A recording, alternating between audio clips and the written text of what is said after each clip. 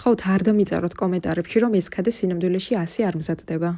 ჯერ დააგემოვნეთ და მერე ვილაპარაკოთ. ვამზადებთ სომხურ ქადას. თავიდან დავიწყე გულსართის მომზადებით. ურჭიქა შაქარს დავუმატე 1 ჭიქა ფქვილი და 1 ჭიქა ნიგოზი.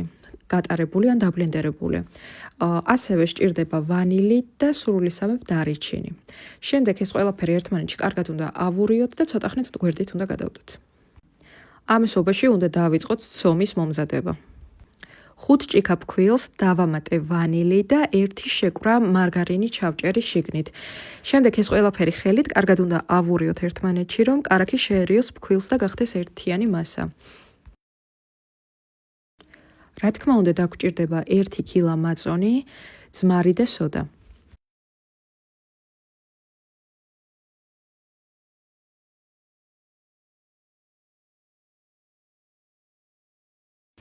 ერთი კვერცხი უნდა გავაცალკევოთ, გული გვერდით გადავდოთ და ცილად დავამატოთ და დავიწყოთ მოზელა.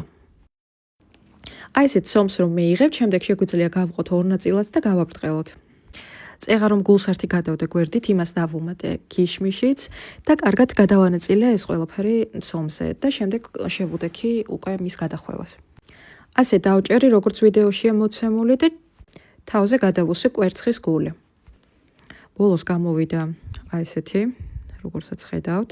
შეიძლება ვიზუალურად არ არის მოწოდების სიმაღლეზე, მაგრამ გემოზე ძალიან კარგია. დამიწერეთ თქვენ როგორ ამზადებთ ხოლმე. მადლობა.